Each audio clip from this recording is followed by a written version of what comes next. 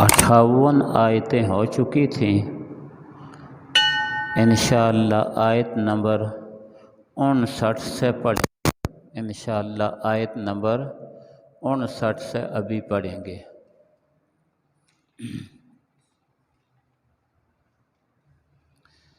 الحمدللہ وحدہ الحمدللہ وحدہ والصلاة والسلام علی من لا نبی بعدہ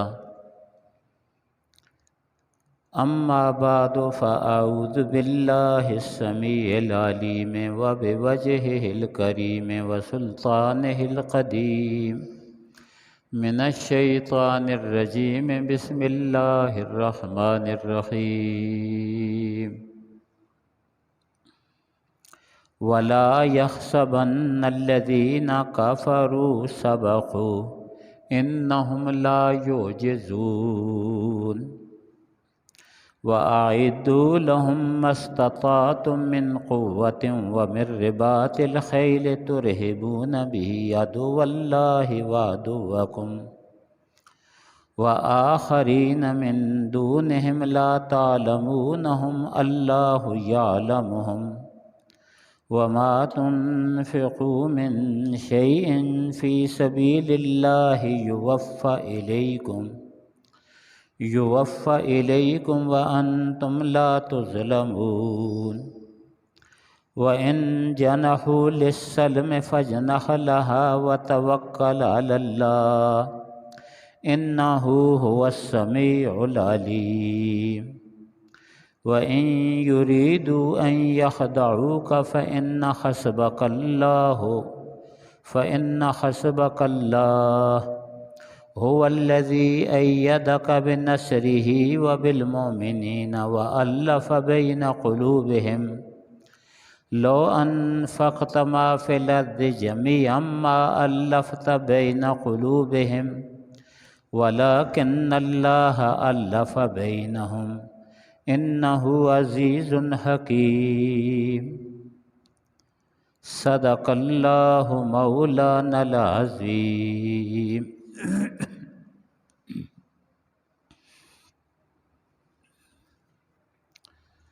وَلَا يَحْسَبَنَّ الَّذِينَ كَفَرُوا سَبَقُوا، اور کبھی بھی نہ سمجھیں وہ لوگ جنہوں نے کفر کیا سبقوا کہ وہ ہم سے بھاگ نکلیں گے، انہم لا یعجزون بے شک وہ ہمیں عاجز نہیں کر سکتے، وَأَعِدُّوا لَهُم مَّا اسْتَطَعْتُمْ اور تیاری کرو ان کے لیے جہاں تک تم سے ہو سکے، من قوت قوت سے، وَمِن رِّبَاطِ الْخَيْلِ اور گھوڑے پالنے سے، تُرْهِبُونَ بِهِ عَدُوَّ اللَّهِ وَعَدُوَّكُمْ کہ ڈراؤ اس کے ساتھ تم اللہ کے دشمنوں کو اور اپنے دشمنوں کو، وَآخَرِينَ مِن دُونِهِمْ اور کچھ دوسرے ان کے سوا، لا تعلمونہم تم ان کو نہیں جانتے، اللہ یعلمہم اللہ ان کو جانتے ہیں، وما تنفقوا من شیء اور جو کچھ بھی تم خرچ کرو گے، فی سبیل اللہ اللہ کے راستے میں، یوفی الیکم اس کا پورا پورا بدلہ تم کو دیا جائے گا، وانتم لا تظلمون اور تم پر نقصان نہیں ہوگا، وَإِن جَنَحُوا لِلسَّلْمِ فَاجْنَحْ لَهَا اور اگر وہ جھک جائیں صلح کے لیے، فَاجْنَحْ لَهَا تو بھی اس کے لیے جھک جا، وَتَوَكَّلْ عَلَى اللَّهِ اور اللہ تعالیٰ پر توکل کر، بھروسہ کر، إِنَّهُ هُوَ السَّمِيعُ الْعَلِيمُ بے شک وہی سننے والا ہے جاننے والا، وَإِن يُرِيدُوا أَن يَخْدَعُوكَ اور اگر وہ یہ ارادہ کریں کہ آپ کو دھوکہ دیں، فَإِنَّ حَسْبَكَ اللَّهُ بے شک اللہ آپ کو کافی ہے، هو الذی ایدک بنصرہ وبالمؤمنین، وہی ہے جس نے آپ کو طاقت دی اپنی مدد سے اور مسلمانوں سے۔ وَأَلَّفَ بَيْنَ قُلُوبِهِمْ، اور ان کے دلوں کو جوڑ دیا۔ لو انفقت ما فی الارض جمیعا، اگر آپ خرچ کر ڈالتے جو کچھ زمین میں ہے سب،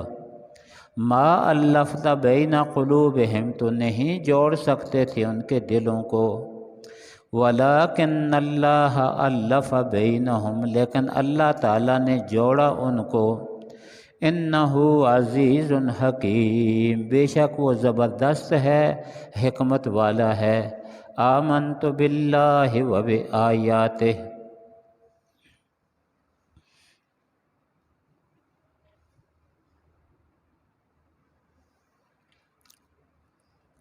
اس آیت مبارکہ سے پہلے یہ ذکر تھا کہ اگر کسی قوم کے متعلق آپ کو یہ ڈر ہو کہ یہ خیانت کر دیں گے، تو فرمایا کہ ایسے کرو کہ تم ان کے ساتھ خیانت نہ کرو، دھوکہ نہ کرو، تم ان کو ان کا معاہدہ واپس کر دو، اور یہ نہیں کہ تم معاہدہ واپس کرو اور واپس کرنے کے بعد فوراً ان پر حملہ کر دو۔ فرمایا یوں بھی نہ کرو، فرمایا یوں بھی نہ کرو، بلکہ یہ ہے کہ معاہدہ واپس کرتے وقت ایک وقت مقرر کرو کہ فلاں وقت معاہدہ ختم ہوگا، یوں نہیں کہ فوراً معاہدہ ختم ہوا اور تم نے حملہ کر دیا۔ فرمایا ایسے نہ کرو۔ اور کل آپ کے سامنے بیان ہوا تھا کہ صحابہ میں سے بعض نے یہ ارادہ کیا کہ اس قوم کے ساتھ معاہدہ ہے اتنی مدت کا،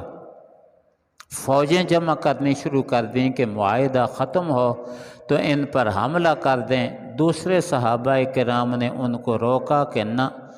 ایسے کرنا اللہ تعالیٰ نے اپنے نبی کو منع فرمایا ہے، ایسے نہیں کرنا، معاہدہ ختم کرو، اور معاہدہ ختم کرنے کے درمیان ایک مدت ہو، وہ بھی تیاری کر سکیں، تم بھی تیاری کر سکو۔ اسلام کے کیسے سنہری اصول ہیں، دشمنوں کے ساتھ بھی کیسے اصول ہیں۔ پھر دل میں یہ خیال ہو سکتا تھا،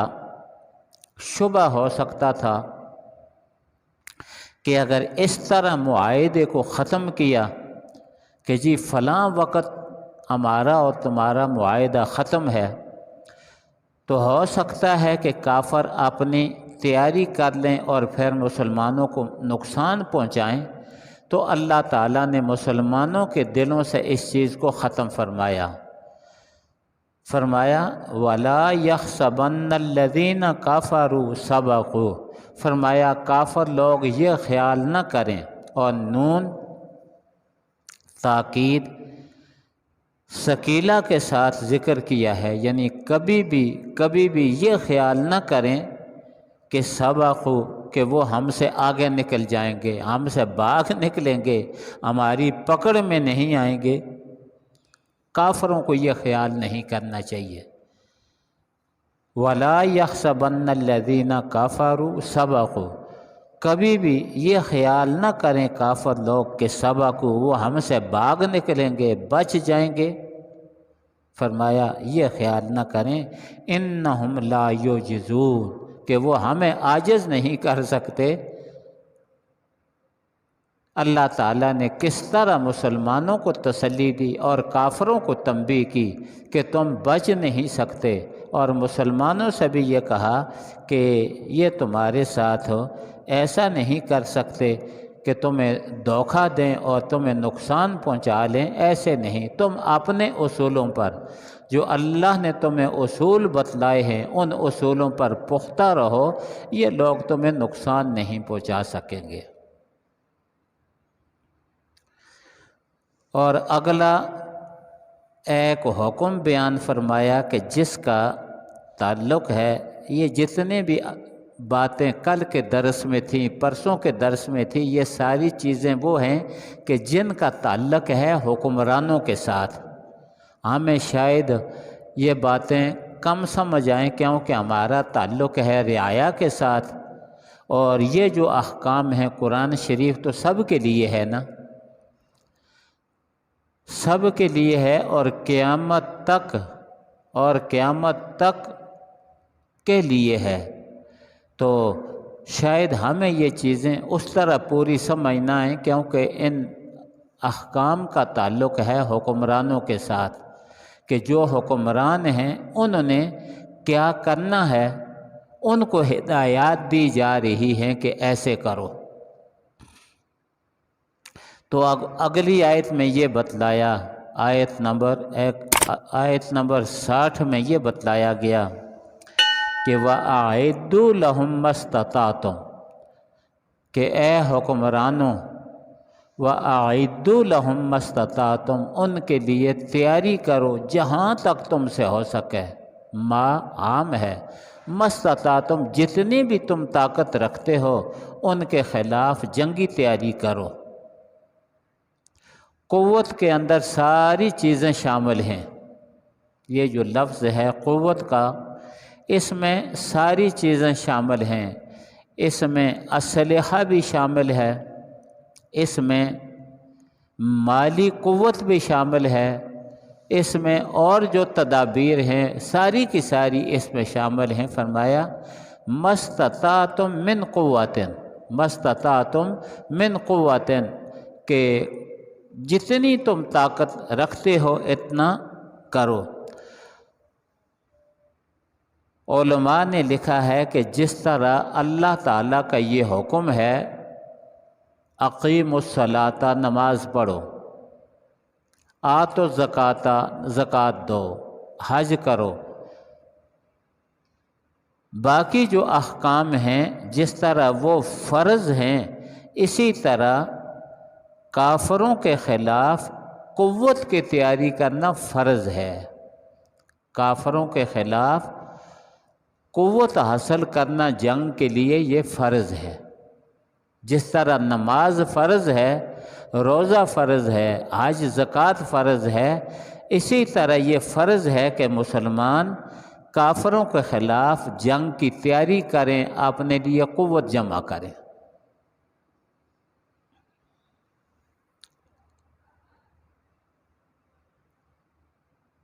آج پوری دنیا میں ایک جھگڑا چل رہا ہے،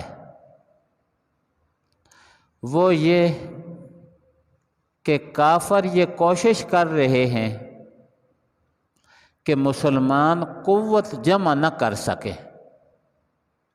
کافر یہ کوشش کر رہے ہیں کہ مسلمان قوت نہ جمع کر سکیں۔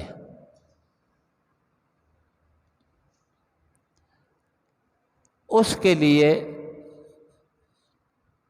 کافروں کی تنظیمیں، ایجنسیاں ہمیشہ کام کرتی ہیں، صرف ایک نقطے پر کام کرتی ہیں بعض جماعتیں کہ مسلمان کے پاس قوت نہ آ سکے۔ آج کے زمانہ میں اسلحہ جمع کرنا، ایٹم بم بنانا،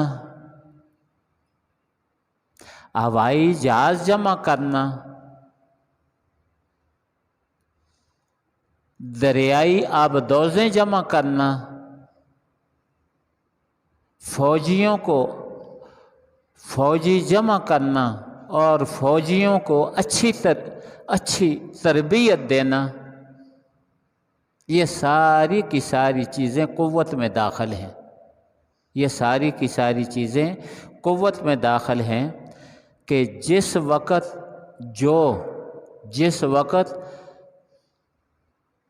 جس اسلحہ کی ضرورت ہے، جس وقت جس اسلحہ کی ضرورت ہے اس وقت وہ اسلحہ تیار کرنا یہ فرض ہے مسلمانوں پر۔ اس وقت دشمن کے پاس دشمن کے بہت ملکوں کے پاس ایٹم بم ہیں، ایک ایسا اسلحہ ہے ایٹم بم کہ جو چند منٹوں میں نہیں، چند سیکنڈوں میں دشمن کو بڑا نقصان پہنچا سکتا ہے۔ چند منٹوں میں نہیں، یہ ایسا اسلحہ ہے کہ جو چند منٹوں میں نہیں، چند سیکنڈوں میں دشمن کو بڑا نقصان پہنچا سکتا ہے۔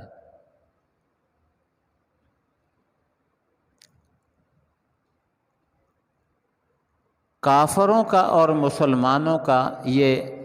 جھگڑا شروع ہے۔ کافر یہ چاہتے ہیں کہ مسلمان ملک ایٹم بم نہ بنا سکیں۔ اللہ تعالیٰ کی مدد ہوئی پاکستان کے ساتھ۔ پاکستان کلمے کے نام پر بنا تھا، لا الہ الا اللہ محمد رسول اللہ کے نام پر بنا تھا۔ ہمارے بڑے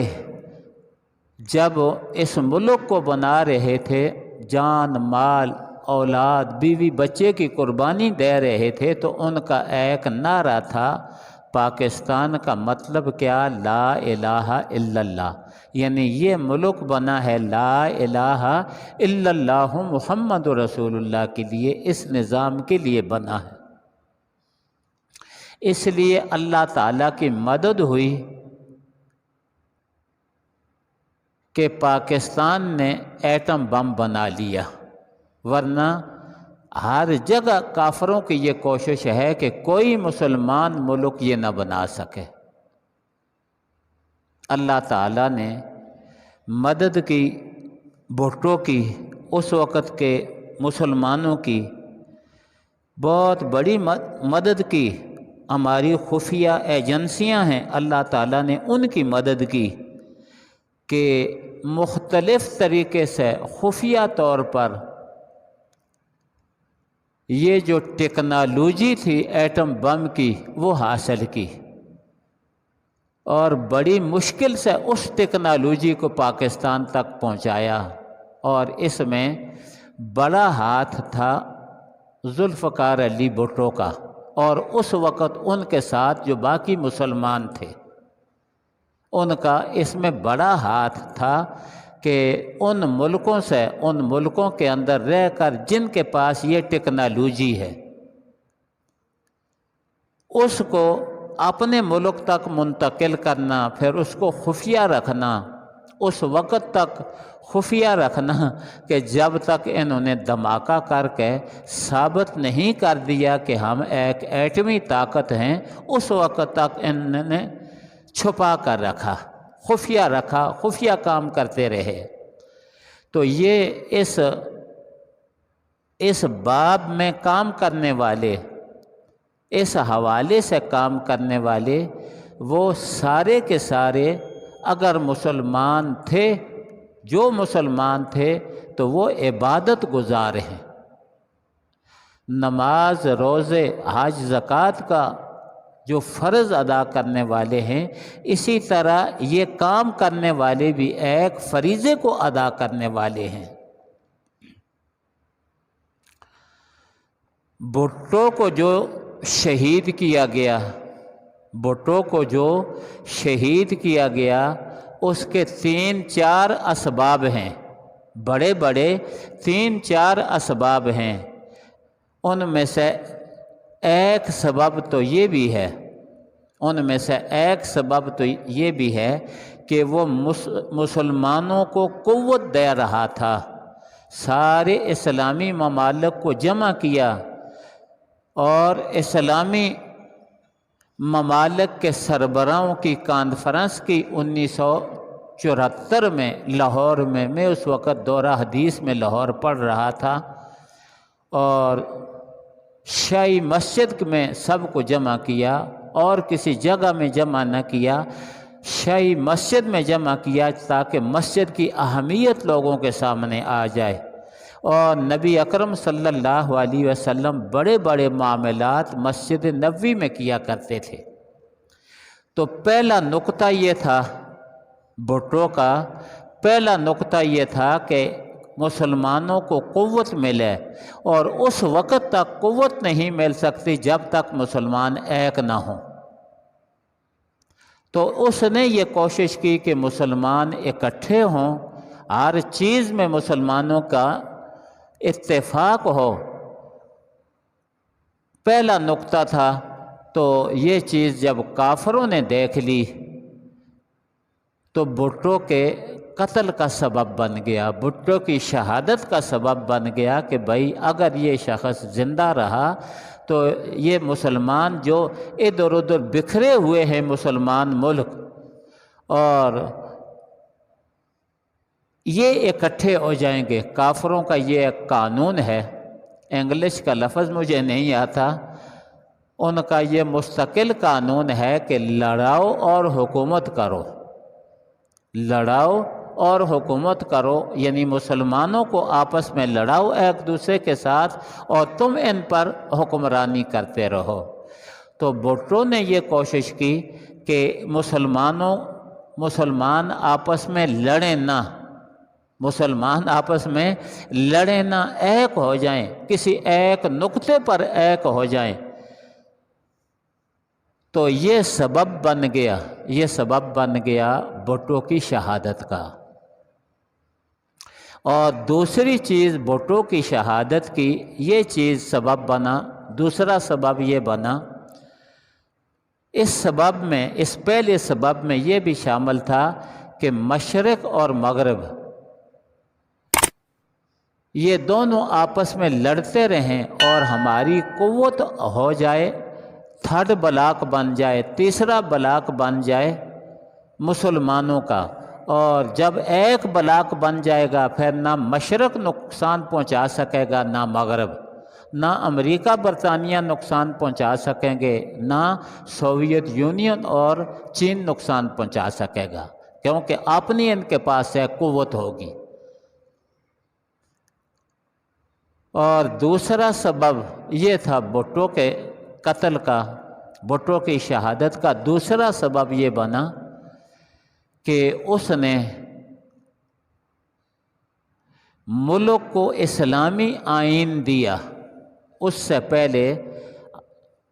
کتنا عرصہ گزر چکا تھا، 1947 سے لے کر کتنا عرصہ گزر چکا تھا، پاکستان کے پاس کوئی مستقل قانون نہیں تھا۔ وقت کا صدر کچھ احکام صادر کر دیتا تھا، اس پر عمل ہوتا تھا، اور جو ہمارے پاس آئین تھا ملک کو چلانے کے لیے وہ برطانیہ کا آئین تھا۔ آزادی سے پہلے جس آئین پر عمل کرتے تھے اسی آئین پر اب بھی عمل کر رہے تھے، اور سب لوگوں کو جمع کیا، اتفاق پیدا کیا سب سیاسی جماعتوں کے اندر، اور ملک کو ایک آئین دیا۔ ساری دنیا اس بات پر متفق ہے، ساری دنیا اس بات پر متفق ہے کہ یہ ایک مثالی آئین تھا، یہ ایک مثالی آئین تھا۔ جو ہمارے ملک میں کافر رہتے ہیں، جو ہمارے ملک میں کافر رہتے ہیں، چاہے وہ مرزائی ہوں، یہودی ہوں، نصرانی ہوں، مجوسی ہوں، جو کافر رہتے ہیں ان کو تو یہ قانون اچھا نہیں لگتا پاکستانی آئین، کیونکہ ان کو پابند رہنا پڑتا ہے، ان کو اچھا نہیں لگتا۔ باقی پاکستان کی تمام سیاسی جماعتیں اس پر متفق ہیں کہ یہ آئین بے مثال آئین ہے، اگر اس پر عمل ہو تو ہمارا ملک بہت زیادہ ترقی کر سکتا ہے۔ اور اب جو جنگ ہو رہی ہے مشرق اور مغرب کے درمیان اور سیاسی جماعتوں کے درمیان آپس کی جو جنگ ہو رہی ہے وہ یہ ہے کہ بعض جماعتیں یہ کہتی ہیں کہ یہ آئین قائم رہے، یہ آئین ختم نہ ہو، اور بعض جماعتیں جو بے دین ہیں، دوسروں کے ہاتھ پر کھیلنے والی ہیں، وہ یہ چاہتی ہیں کہ یہ جو آئین ہے یہ ختم ہو جائے۔ اب اس آئین میں کی روح سے، اس آئین کی روح سے کوئی کافر ملک کا سربراہ نہیں بن سکتا، یہ آئین میں لکھا ہوا ہے۔ اس آئین کی روح سے کوئی کافر فوج کا سربراہ نہیں بن سکتا۔ اس آئین کی روح سے اور ایسی چیزیں ہیں۔ تو اب وہ چاہتے ہیں، پیچھے بہت زور لگا رہے تھے یہ چیزیں، چونکہ ہمارے اس حلقے کی سمجھ سے اونچی ہیں، لیکن اس لیے عرض کر رہا ہوں کہ ترتیب وار قرآن شریف چل رہا ہے، اس کو ہم ایک طرف کر کے آگے چل نہیں سکتے، ہماری سمجھ سے دور ہوگا، لیکن اس کو چھوڑ کر آگے چلنا یہ بعض قرآن پر ایمان لانے اور بعض پر نہ ایمان لانے کے مترادف ہے، اس لیے بات بیان کر رہا ہوں اگرچہ آپ کی سمجھ سے دور ہے۔ تو وہ یہ کہ چاہتے ہیں کہ آئین ختم ہو جائے۔ پیچھے یہ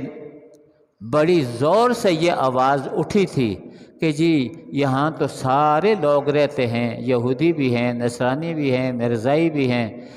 مجوسی بھی ہیں، سارے رہتے ہیں، تو یہ اسلامی جمہوریہ نام اس کا نہیں ہونا چاہیے، اس ملک کا نام ہونا چاہیے عوامی جمہوریہ۔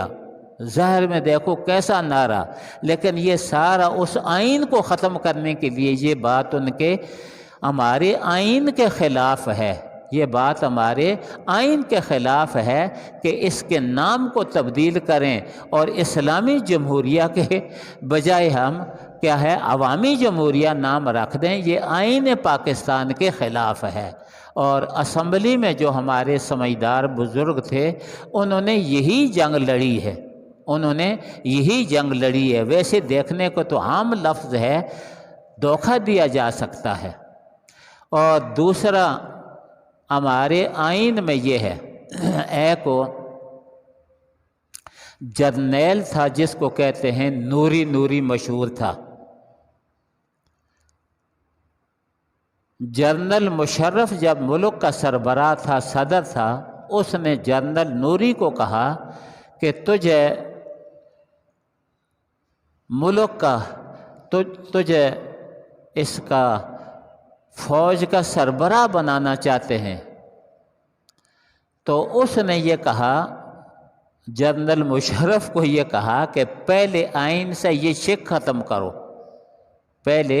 آئین سے یہ شک ختم کرو کہ غیر مسلم بھی فوج کا سربراہ بن سکتا ہے یا نہیں، پہلے یہ شک ختم کرو۔ جنرل مشرف ملعون نے یہ شک ختم کر دی آئین سے اپنے صدارتی آرڈر کے ذریعہ سے، کہ تو پھر جا کر وہ جنرل نوری جو ہے وہ اس کا فوج کا سربراہ بنا۔ تو اب یہ جو آئین ان کے لیے رکاوٹ ہے، کئی چھپے ہوئے ہوتے ہیں، اپنے آپ کو غیر مسلم ظاہر نہیں کر سکتے کیونکہ آئین ان کے لیے رکاوٹ ہے، آئین ان کے لیے رکاوٹ ہے۔ تو بہرحال ایک تو قوت یہ تھی کہ سارے مسلمانوں کو اکٹھا کرنا، یہ فرض تھا۔ اللہ فرماتے ہیں وَأَعِدُّوا لَهُم مَّا اسْتَطَعْتُمْ، جہاں تک ہو سکتا ہے تم قوت جمع کرو۔ اسلحہ جمع کرنا، یہ قوت اسلحے کے اندر کیا ہے؟ اسلحے کے اندر کیا ہے؟ یہ چیز بھی شامل ہے، ایٹم بم کا بنانا، ڈرون جہاز بنانا، لڑاکا جہاز بنانا، ٹینک تیار کرنا، آبدوزیں تیار کرنا، یہ ساری کی ساری چیزیں یہ شامل ہیں قوت کے اندر۔ اور دوسرا آئین میں تمام لوگوں کو ایک جگہ کرنا، کہ کسی ایک چیز پر متفق ہو جائیں، سارے کسی ایک چیز پر متفق ہو جائیں۔ یہ کیا ہے؟ دوسری چیز یہ بھی بھٹو نے دی پاکستان کو، اور بھٹو کی شہادت کا سبب بن گیا۔ اور تیسری چیز یہ بھی تھی کہ مرزائیوں کو اسمبلی نے غیر مسلم اقلیت قرار دیا۔ علماء تو پچھلی صدی کے اوائل سے کہہ رہے تھے کہ مرزائی غیر مسلم ہیں، یہ کافر ہیں، مرتد ہیں، لیکن حکومتی سطح پر نہیں مانا جاتا تھا، اور جب حکومتی سطح پر نہیں مانتے تھے تو باہر کی دنیا بھی یہ سمجھتی تھی کہ یہ کوئی اسلامی فرقہ ہے، جس طرح دیوبندی بریلوی لڑ رہے ہیں اور سنی شیعہ لڑ رہے ہیں، مقلد غیر مقلد لڑ رہے ہیں، یہ بھی کوئی اسلامی فرقہ ہے، باہر کی دنیا یہ سمجھتی تھی۔ لیکن جب اسمبلی نے یہ بات مور لگا دی قادیانیوں کے کفر پر اسمبلی نے مور لگا دی، پوری دنیا کو یہ پتہ چل گیا کہ یہ غیر مسلم ہیں۔ اس کے علاوہ جب تک آئین میں، پاکستان کے آئین میں، پاکستان کی قومی اسمبلی میں یہ بات نہیں ہوئی تھی تو ان کو ایک اسلامی فرقہ کہا جاتا تھا۔ اور آج بھی مرزائیوں کے ساتھ مسلمانوں کا جو جھگڑا ہے وہ یہی ہے، وہ کہتے ہیں کہ ہمیں اسلامی فرقہ مانو، مرزائی کہتے ہیں کہ ہمیں اسلامی فرقہ مانو، اور ہم یہ کہتے ہیں کہ یہ آئین پاکستان کے خلاف ہے کہ تمہیں اسلامی فرقہ مانے۔ آئین پاکستان میں یہ ہے کہ تم کافر ہو، مرتد ہو۔ یہ بات سمجھنے کے قابل ہے۔ تو بھٹو کی شہادت کا باہر سے تو وہ سبب بنا، اور اندرون ملک بھٹو کی شہادت کا سبب یہ چیز بنی کہ قادیانیوں کو غیر مسلم اقلیت قرار دیا، اور کتابوں میں لکھا ہوا ہے کہ اسمبلی کے اندر یہ قانون پاس ہو رہا تھا، اور بعد GHQ میں بیٹھ کر کئی جرنیل تھے جن کے نام بھی لکھے ہوئے ہیں کہ وہ بھٹو کے قتل کا منصوبہ بنا رہے تھے۔ اندر یہ تیاری ہو رہی تھی، ابھی تک یہ پاس نہیں ہوا تھا، قانون بنا نہیں تھا، تو باہر کئی قادیانی جرنیل بیٹھ کر بھٹو کے قتل کا منصوبہ بنا رہے تھے۔ کیوں؟ کہ اس سے مسلمانوں کی قوت بنتی ہے اور غیر مسلم جدا ہوتے ہیں۔ تو اللہ تعالیٰ نے فرمایا وَأَعِدُّوا لَهُم مَّا اسْتَطَعْتُم مِّن قُوَّةٍ وَمِن رِّبَاطِ الْخَيْلِ، قوت، اور یہ ساری چیزیں قوت کے اندر آتی ہیں۔ انشاءاللہ آئندہ جو باتیں ہیں پھر عرض کروں گا، یہ بات سمجھنے کے قابل ہے۔ الحمدللہ رب العالمین والعاقبۃ